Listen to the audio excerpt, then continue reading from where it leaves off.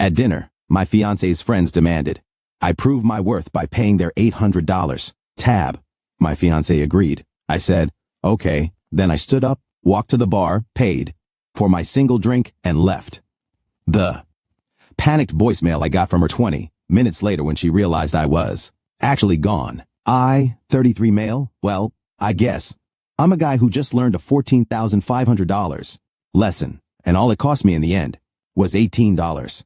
I was engaged to Amelia, 30. We've been together for 4 years, engaged for 2 months.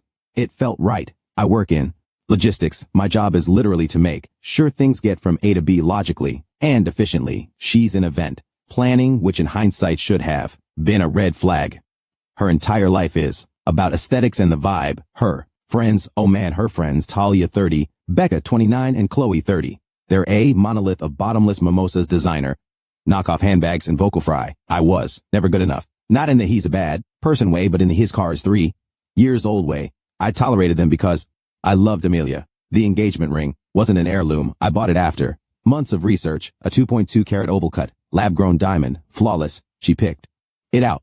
I paid my credit card, my account, $14,500. She loved it, or at least she loved showing it to people. Last Friday night, Amelia said, babe, the girls are so excited. They want to take us out for a proper engagement celebration. Their treat, of course, we're going to Aperture. Aperture, of course. It's one of those new painfully trendy places where the menu is just a list of ingredients and every cocktail has smoker foam. I am a beer and a burger guy, but their treat. Fine, we get there at 8 p.m. The place is loud, dark. The girls are already there, 3 martinis deep.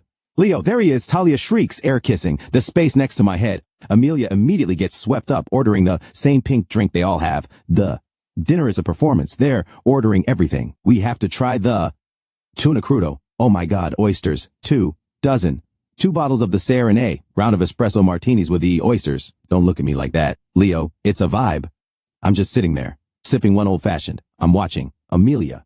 She's not the woman I know. She's performing, laughing too loud, flashing her ring under the pin light, like she's signaling a ship. I'm getting a bad feeling. The their treat part just felt wrong. After 2 hours of this, plates are cleared. They're all drunk, loud and obnoxious. The waiter, who looks exhausted, drops the bill in the center of the table. No one moves. Then Talia, with this slow, smug smile, slides the check directly in front of me. So Leo, she says, her voice suddenly serious. Other 2 stop talking and stare at me. It's a rehearsed hostile silence. Oh, I say, not touching the bill. We've been talking, Talia continues, leaning in, and we worry about Amelia. She's our girl. She deserves a certain kind of life, and you're, fine, but we need to know you're really going to provide for her, that you're worthy. I feel the blood drain from my face. I look at Amelia. This is her moment to laugh and say, Talia, shut up. What are you doing? She doesn't. She giggles, a high-pitched, tipsy, nervous giggle. Leo, don't be so serious, she says, patting my arm. They're just teasing, but, they're not wrong. It is kind of tradition for the man to, show his appreciation. I stare at her. Show my appreciation for what? Becca chimes in. For us, for letting you into her life. We think you should prove your worth and pick this up. Show us you can handle her. My brain, the logistics part, is calculating. This isn't a joke. This is a shakedown. This is a test. I look down at the leather folder. I open it. Total $8,460 for 5 people on a dinner they invited me to as their treat. I look up at Amelia. Her eyes are bright, expectant. She's smiling. She's with them. She wants to see what I'll do. I suddenly see the next 40 years, every vacation, every holiday, every dinner being tested, having my worth evaluated by these 3 harpies with my wife smiling and egging them on. I close the bill folder. Okay, I say. Talia's smile widens. Amelia squeezes my arm. Yay, I knew you'd. I stand up. They all look at me confused. I'll be right back, I say. I walk away from the table, not toward the restroom, toward the bar. The waiter who served us is there, inputting an order. I flag him down. Hey man, I was at that table, I say, pointing. Table 12. Yes, sir. I just had one. Old-fashioned. Can I pay for that separately? I've got to head out. Emergency at work. The waiter, bless his heart, is a pro. Plot. He sees the chaos at that table, looks at me, and just gets it. Absolutely, sir. That'll be $18. I hand him a $20 in my debit card to pay in cash from the register, but he waves it off. Don't worry, I'll just run the card. It's faster. He runs my card. $18. I add a $5 tip on the handheld. Thank you, I say. Have a good night. Sir, he says with a look that says, run. I walk straight past their table. I don't look at them. I hear Amelia say, Leo, where are you going? I don't break stride. I push open the heavy glass door, walk out into the cool night air, get in my car and drive. My phone is silent for exactly 20 minutes. I'm almost home when it lights up. Amelia, I let it ring and ring. It stops. A notification pops up. New voicemail. I park in my spot, turn off the engine, and play it. It's not angry. It's not confused. It's pure high octane panic. Leo, where did you go? The waiter just came back and said, you only paid for your drink. Leo, the bill is still here. It's $796. Leo, this isn't funny. My card just got declined. My card was declined. Talia's was too. She says she doesn't get paid till next week. Leo, this isn't funny. They're saying they'll call the police if we don't pay. Call me back. You can't just leave me here. You did this. I listened to it twice. Then I turned off my phone, went inside my apartment and poured myself a very large, very real drink. Update 1. It's been 48 hours. Wow. The entitlement is it's a renewable resource. I'm not at home. I'm at my brother's place. The apartment is mine. My name is on the lease. My credit. Check. I pay 80% of the rent and Amelia. Zato pays a token $500 contribution to me. It's my place. So here's the play-by-play after the voicemail. Friday night, 11 p.m. I went home. I was numb, but also weirdly clear-headed. The logistics part of my brain was fully engaged. This was a problem to be solved. I packed a duffel bag, work, clothes for a week, toiletries, my laptop. Where I went to my desk, I found the file with all our important docs. I took the GIA certification papers and the receipt for the engagement ring. $14,500, paid in full by me. Then I left, drove to my brother's. He was up. I just said, it's over with Amelia. Can I crash? He nodded, got me a beer, and left me alone. Saturday, I turned my phone back on. It was a digital explosion. 30 plus missed calls from Amelia, Talia, and Becca. A wall of texts. Amelia, I'm coming home now. You better be there. How could you abandon me? Talia had to call her dad at midnight to pay the bill. I've never been so humiliated in my entire life. We are fighting. Talia, from a number I didn't have. You are a pathetic, broke little boy. You just proved you're not a real man. Amelia deserves so much better, and I'm going to make sure she gets it. Amelia, this is all your fault. You made me look like a fool in front of my friends. Leo, I'm at the apartment. Your car is gone. Where are you? Did you change the locks? I let her spiral for a bit. Then around 9 a.m. I sent my first and only text. Amelia, I'm at my brother's. After your little test last night, it's clear we have fundamental differences in values. Your decision to side with your friends and attempt to humiliate me into paying an $800 bill was a deal breaker. We are done. Response was instant, Amelia. A deal breaker over a dinner bill. Leo, you are blowing this way out of proportion. I was drunk. They were joking. You are the one who embarrassed me. You made me look poor. I didn't reply. Then the real motive came out. Amelia, an hour later, fine, be mad, but I need to get into the apartment. My work laptop is there and I have a presentation on Monday and I need money. My card still isn't working. You need to turn it back on. My car payment is due. I replied, the card you use is an authorized user card on my personal account. It was a card for my partner. You made it clear on Friday that you are no longer my partner. It is not being turned back on. The partnership is dissolved. Amelia, you can't do that. That's financial abuse. I'm calling the police. I have a right to my money. And she did it. She actually called the cops. Around 2 p.m., I get a call from a private number. It's a police officer. Sir, I'm here with a Miss Amelia. She's saying, you've locked her out of her residence and cut off her access to money. I was calm. Officer, it is 100% my apartment. My name is the only one on the lease. Miss last name is my ex-fiancé. She is not a tenant. She's welcome to retrieve her personal belongings, but I am not at the apartment and I am not comfortable with her being there without me present. This is a civil matter. As for the money, she is referring to a credit card on my personal account, which I, as the primary account holder, have every right to deactivate. I heard him sigh through the phone.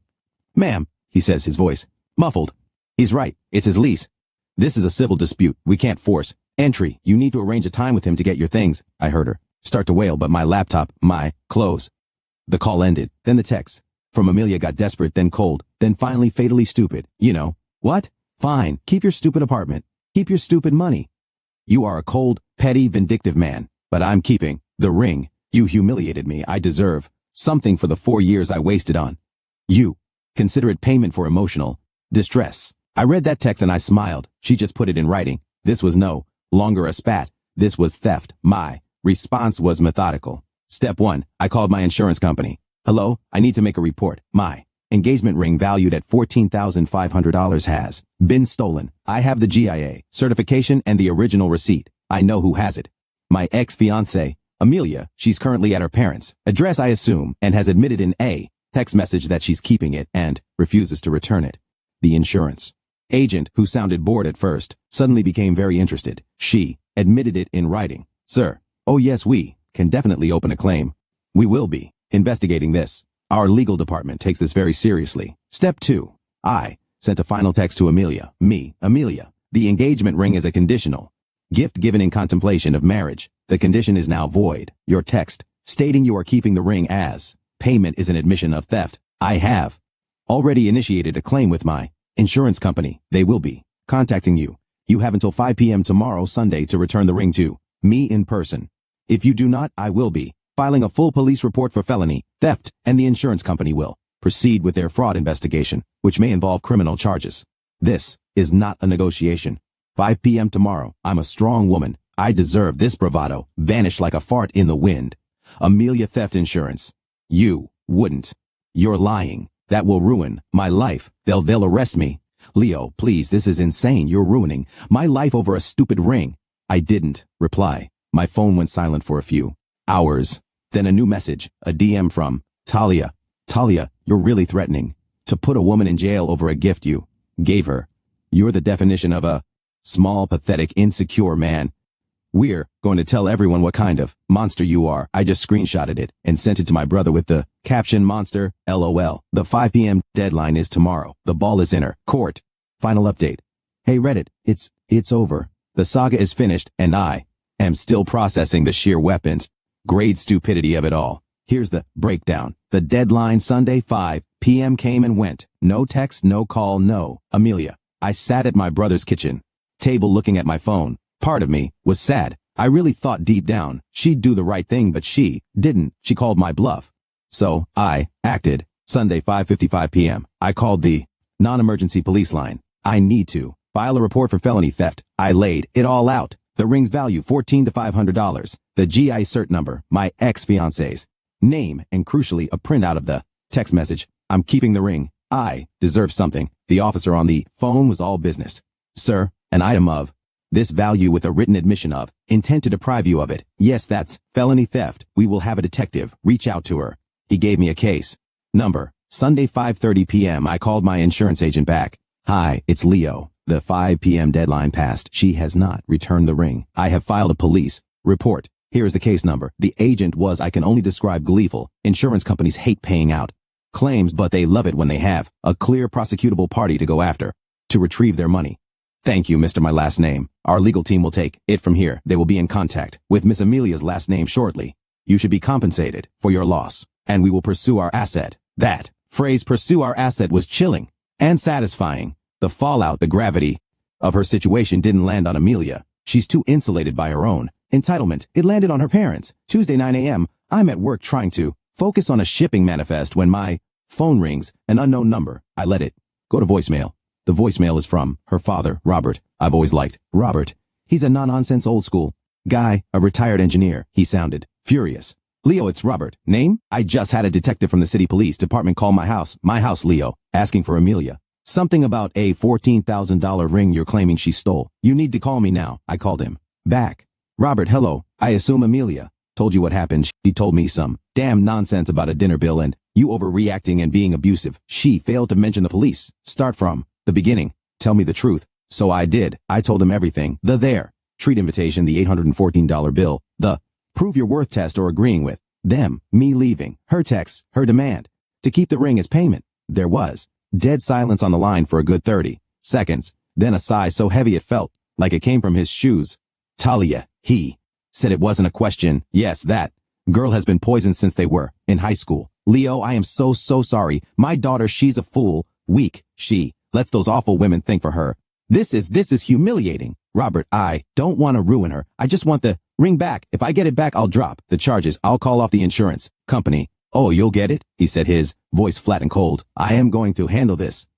Tuesday 3 p.m. My apartment intercom buzzes. It's Robert. I go down to the lobby. He's standing there looking 20 years older. He's holding the little velvet ring box. Amelia is in his car parked out front. I can see her. She's in the passenger seat, staring at her lap, sobbing. Leo Robert says, handing me the box. I can't apologize enough for her friends. It's not your fault, Robert, I said. She's not a bad person, he said, rubbing his face. But she's weak, and she's stupid. She pawned it, Leo. I recoiled. I physically took a step back. She what? She pawned it on Saturday for $3,000, said she needed it to pay Talia's father back for the dinner because he was threatening Talia. And to, I don't know, live on. My God, had to go down to the pawn shop with the police report, he said, his voice shaking with anger. Show them the item was stolen property. It cost me $3,500 to get it back from them. She'll be paying me back until she's 40. He just looked at me. You're a good man, Leo. I love my daughter, but you dodged a bullet. He shook my head, turned, and walked out. As he was getting in his car, Amelia bolted out of the passenger side. She ran up to me in the lobby, her face an absolute mess of stray mascara and tears. Leo, please. It was a mistake. I was scared. I had no money. You drove me to it. I just looked at her, the woman I thought I was going to marry. You drove yourself there, Amelia. The moment you giggled and agreed with Talia, this was over. The pawn shop? That was just pathetic. So that's it? She shrieked, and a neighbor peeked out of their door. 4 years. You're throwing our whole life away over money? No, I said, and I finally felt nothing, just tired. I'm throwing it away over character. You don't have any. Go home, Amelia. I turned, went to the elevator, and didn't look back. The aftermath. I called the detective. Charges dropped. I called the insurance company. Claim canceled. I arranged a time for her to get her stuff. I had my brother and his very large friend there. She came with her mom, who just glared at me. They packed her clothes and her 800 skincare products and left. Her laptop was there. I'm not a monster. And the friends, the cherry on top, my friend Mark, who knows. Becca gave me the epilogue. Talia's father, a prominent lawyer, was apoplectic that she dropped an $800 plus bill on his card and then got his name involved in a potential police matter. He cut her off completely. Word is she's trying to